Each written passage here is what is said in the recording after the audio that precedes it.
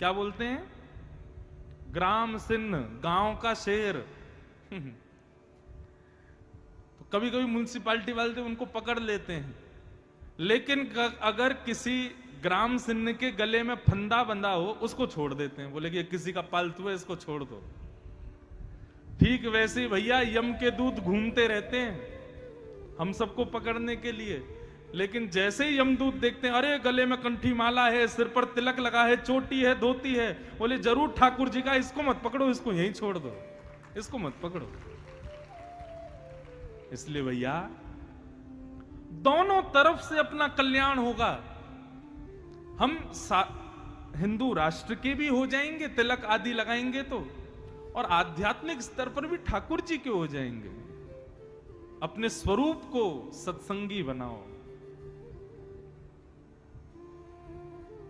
जब अंग्रेज नहीं आए थे, मुगल नहीं आए थे, उससे पहले हमारे भारत में सब धोती पहनते थे, उससे पहले सब तिलक लगाते थे। आपने कभी सीरियल में देखा राक्षस, रावण, कंस, ये सब भी तिलक लगाते थे, ये भी बिना तिलक के नहीं रहते थे। तो हम क्यों छोड़ देते हैं? इसलिए भैया तिलक जरूर लगाओ, कंठी जरूर पहनो, अपने आचरण को, स्वभाव को, खान पान को सुधारने का प्रयास करो। मन आपका अपने आप एकाग्र हो जाएगा। मन के चंचल होने का कारण हमारा कुसंग है, हमारा दूषित भोजन है। जैसा खाओ अन्न वैसा होवे मन, जैसा होवे मन वैसे होवे स्वभाव, जैसा होवे स्वभाव वैसी होवे बुद्धि, जैसी होवे बुद्धि वैसी होवे क्रिया, जैसी होवे क्रिया वैसी होवे गति।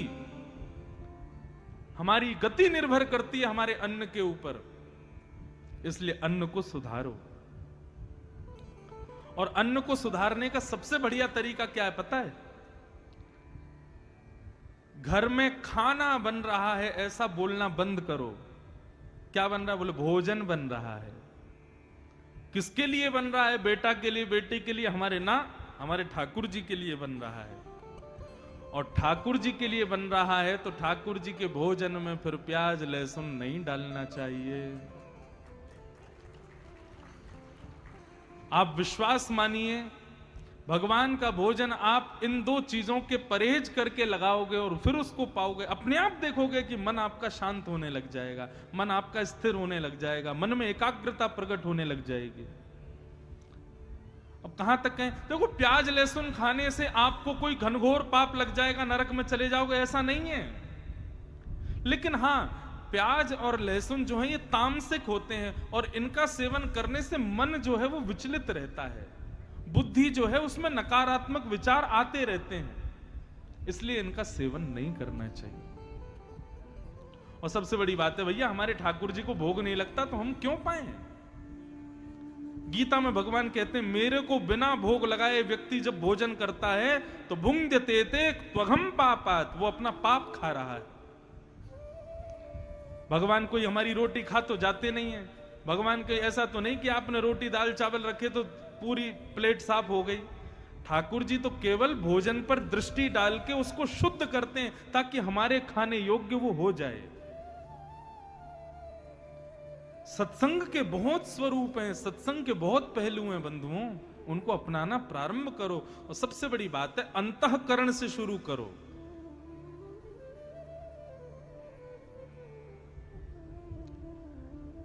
मां, इंद्रियों को दोष मत दो, मन को सुधारो। और ये मन कैसे सुधरेगा? तब भगवान बोले, मैं 5 लक्षण आपको बता रहा हूं, ये 5 लक्षण जिसमें दिखाई दे मां, उनका संग करना प्रारंभ कर दो। बंधुओं, बहुत ध्यान से सुनना, ये 5 लक्षण जिसमें हो उसका या तो संग करो, और यदि ये 5 लक्षण किसी में ना हो तो अपने अंदर लाने का प्रयास करो। और 5 में से कोई एक लक्षण भी किसी के अंदर हो तो भी आप उसका संग कर सकते हो। लेकिन सबसे बड़ी बात हम बताएं, ये 5 लक्षण सुनने के बाद आप भी कहोगे कि भैया इन 5 लक्षणों से युक्त अभी संसार में कोई नहीं है। इसलिए सबसे बढ़िया ये है, 5 लक्षण सुन के अपने अंदर लाओ। कौन कौन से 5 लक्षण? भगवान कपिल अपनी माता देवहूति को बता रहे हैं, मां तितिक्षव कारुणिका श्रुहृदय सर्वदेहिनां अजात शत्रव शांता साधव साधुभूषणा। 5 लक्षण। सबसे पहला लक्षण क्या है? सहनशीलता। कितने लोग सहनशील हैं यहां पे? हाथ ऊपर करना।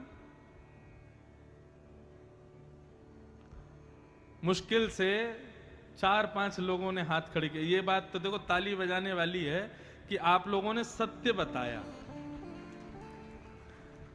लेकिन एक बात बताएं, किसी की सहनशीलता का यदि पता करना, हाँ भैया हो, भैया खूब सहनशील हो, बैठो। किसी की सहनशीलता, जितनों ने हाथ खड़े किए ना, इनकी देखो सहनशीलता यदि पता करनी हो, अभी नहीं, कभी मौके पर ये आपके सामने पड़ जाए तो इनके कोई दूषित विचार इनको सुना देना। भाई कुछ भी कहो, तुम ना तुम क्रोधी बहुत हो, तुम लोभी बहुत हो, हमने देख लिया तुम्हारे अंदर लोभ है। कुछ भी कहो भाई, यार तुम्हारे अंदर ना ये क्या कहते हैं, जो है काम की भावना बहुत ज्यादा है। तुरंत देखना, सहनशीलता पता चल जाएगी। तू कौन होता है मुझसे ऐसे बोलने वाला? अच्छा, तुझको हम लोभी दिखाई देते हैं, तुझको हम क्रोधी दिखाई देते हैं। व्यक्ति अपनी वास्तविकता नहीं सुन सकता है, वहीं पता चल जाता है कि वो सहनशील नहीं है। व्यक्ति की सहनशीलता यदि देखनी हो तो उसकी वास्तविकता उसके मुंह पे बोलो, तो हाथ जोड़ करके मुस्कुरा करके सुन ले, समझना कि सहनशील है। अब इसका मतलब यह नहीं है कि जबरदस्ती उल्टी सीधी किसी की भी बात किसी के मुंह पे जाके बोल दो, तो गुस्सा तो आ ही जाएगा बेचारे को। लेकिन सहनशील व्यक्ति,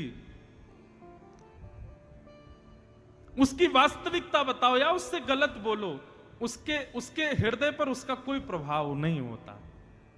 वो अपने समत्व में रहता है, वो अपनी समभाव में रहता है। लेकिन जो बहुत जल्दी अपने वास्तविकता को सुनकर के विचलित हो जाए, समझ जाना मां संग करने योग्य नहीं है ये व्यक्ति। सहनशीलता।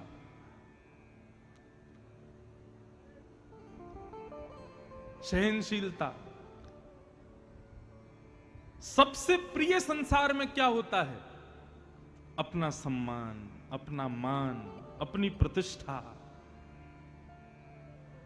उस प्रतिष्ठा पर आई एक छोटी सी आंच भी हम सहन नहीं कर पाते, उससे पता चल जाता है हम सहनशील नहीं हैं। इसलिए मां, जिसका संग हम करें उसके अंदर पहला गुण होना चाहिए कि वो सहनशील हो। एक संत गंगा जी में नहा रहे थे और स्नान करते हुए इतने में ही वो बाहर आए तो एक मन चला व्यक्ति आया और उसने पानी पिया और पानी पी के उन पर कुल्ला कर दिया। संत मुस्कुराए और दोबारा गंगा जी में चले गए। स्नान करके पुनः बाहर आए, उसने फिर कुल्ला कर दिया। संत दोबारा चले गए, फिर गंगा में स्नान करके आए, फिर बाहर आए, फिर कुल्ला कर दिया।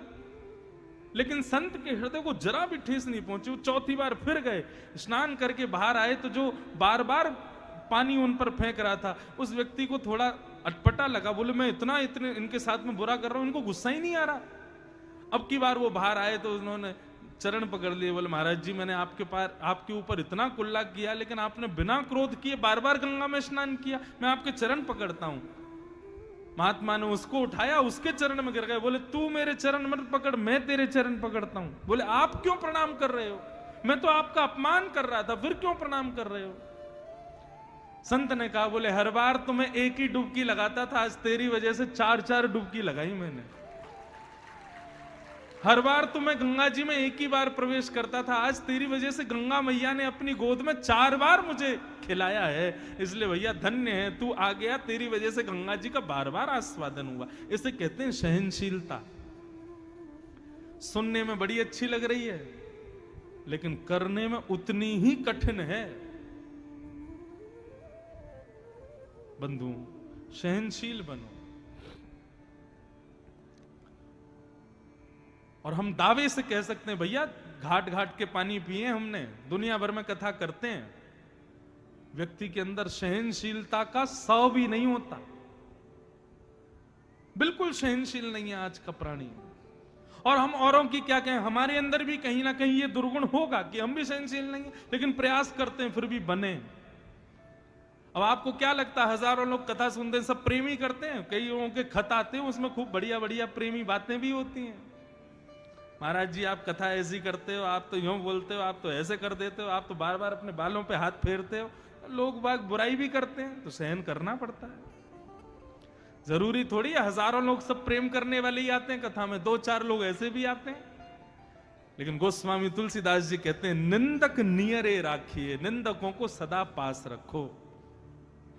जो आपकी निंदा करे, आपकी बुराई करे, आपके अवगुणों को तुरंत आपके मुंह पे बता दे, उसको संग रखा करो। क्यों? ऐसा व्यक्ति सदैव आपको प्रगतिशील बनाएगा। लेकिन जो बात बात पे आपकी जहाजी अजूरी करें, बार बात पे आपकी प्रशंसा कर दिया करें, आपके मुंह पे ही आपके गुणगा दिया करें, ऐसे व्यक्ति आपको ऊपर उठने से रोक रहे हैं, यही समझिएगा। सहनशील पहला लक्षण, तितिक्षव। दूसरा लक्षण क्या है? तितिक्षव कारुणिका। दूसरा लक्षण है करुणा, मतलब दया। असहायों पे दया करो। मां, मन को यदि शांत करना है तो जिस व्यक्ति का हम संग करें या जो लक्षण हम अपने अंदर लाएं, उसमें दूसरा लक्षण होना चाहिए दया। सब पे दया करो। बंधुओं एक बात बताएं, दया का जन्म होता है क्षमा से। जो व्यक्ति क्षमाशील है वो व्यक्ति दयालु होगा। लेकिन जिसमें क्षमा का गुण नहीं है ना, वो कभी दयालु नहीं हो सकता। कोई बड़े से बड़ा अपराध कर दे आपके साथ, आप उसकी बुद्धि पर दया खाओ। कोई बहुत बड़ा दुष्कृत्य कर दे, आप तब भी उस पर दया करो। बोले हमें दया आ रही है इसकी बुद्धि के ऊपर, हमें दया आ रही है इसके ऊपर, बेचारा कितना संकीर्ण सोच का है। दया, क्षमा करो सबको। क्षमा से दया अपने आप आती है। आपको एक बात बताएं, कई लोग मेरे से प्रश्न करते हैं, महाराज जी आप कहते हैं क्षमा किया करो सबको, लेकिन कोई इतना बड़ा अपराध कर दे कि जिस पर क्षमा नहीं कर सकते, तब हमको क्या करना चाहिए? देखो, लोग कहते हैं कि अपराधी को दंड मिलना चाहिए, बिल्कुल मिलना चाहिए, लेकिन क्षमा, आपको क्या लगता है उससे दंड नहीं मिलता? वह भी एक दंड है। जब आप किसी अपराधी को क्षमा कर देते हैं तो आत्मग्लानि रूपी दंड लगता है उसको अंदर ही अंदर लगता है कि अरे बताओ मैंने इतना बुरा किया, इसने फिर भी क्षमा कर दिया। चलो ये तो थी एक बात, उसको आत्मग्लानि हुई। दूसरी बात, जब आप किसी को क्षमा कर देते हैं अपराध करने के बाद, तो ऐसा नहीं है कि वो व्यक्ति मुक्त हो गया। आपके बदले का जो भाव है वो प्रकृति लेगी उससे।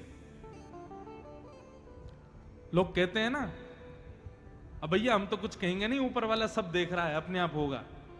यह बात सत्य है। जब आप किसी को क्षमा कर देते हैं तो प्रकृति आपका बदला लेती है उससे, कभी ना कभी तो उसको भोगना पड़ेगा। 4-5 विद्यार्थियों को नाव में बैठा करके गुरुजी नदी पार कर रहे थे, तो एक विद्यार्थी जो था उनमें से उसका मुंडन हुआ था। अब छोटे विद्यार्थी सब, 2-3 विद्यार्थी उसके बाल नहीं थे, तो कभी उसके सिर पर पानी फेंक दें, कभी उसके सिर पर तबला बजा दें, कभी उसके सिर पर हाथ फेर दें। अब वो बेचारा छोटा बालक सहन कर रहा था, उसने कुछ नहीं कहा। जैसे ही किनारे पर नाव पहुंची, गुरुजी सब देख रहे थे कि इसने अभी तक किसी से कुछ कहा नहीं है। जैसे ही किनारे पर नाव पहुंची तो उपद्रवी बालक जो थे वो तुरंत बिना नाव को टिके ही कूद गए नाव में से। आ गया कोना, कूद जाओ। किनारा समझ करके जैसे ही कूदे तो वहां तो दलदल था, इतने इतने दलदल में घुस गए। गुरुजी बचाओ, गुरुजी बचाओ, गुरुजी बचाओ। गुरुजी बोले तुमको पता है ये क्या हुआ? बोले क्या हुआ गुरुजी? बोले तुम उसको परेशान कर रहे थे, उसके बाल नहीं है, उसके सिर पर कभी हाथ मार रहे थे, कभी पानी फेंक रहे थे, वो बेचारा सहन कर रहा था, तुम लोगों को क्षमा कर रहा था। उसने क्षमा किया, लेकिन उसका बदला प्रकृति ने तुमसे लिया। इसलिए जब आप किसी को क्षमा कर देते हैं तो बिल्कुल निश्चिंत रहिए, क्योंकि प्रकृति आपका बदला उससे लेगी। लेकिन आप क्षमा ही करो। आप क्यों अपने आप को बिगाड़ो क्रोध करके? सब पर दया करो। तो सबसे पहला लक्षण सहनशीलता, दूसरा लक्षण दया, और तीसरा लक्षण तितिक्षवः कारुणिका श्रुहृदः। तीसरा लक्षण है सबका हित चाहो, सबका भला चाहो। केवल मैं खाऊं, मेरे बच्चे खाएं, मेरा परिवार खाए, मेरे सब लोग प्रसन्न रहें, बाकी सब लोग कहीं जाएं, मुझे कोई मतलब नहीं, ऐसा नहीं। सबके भले की इच्छा रखो, सबके कल्याण की इच्छा रखो। इस कथा में कई लोग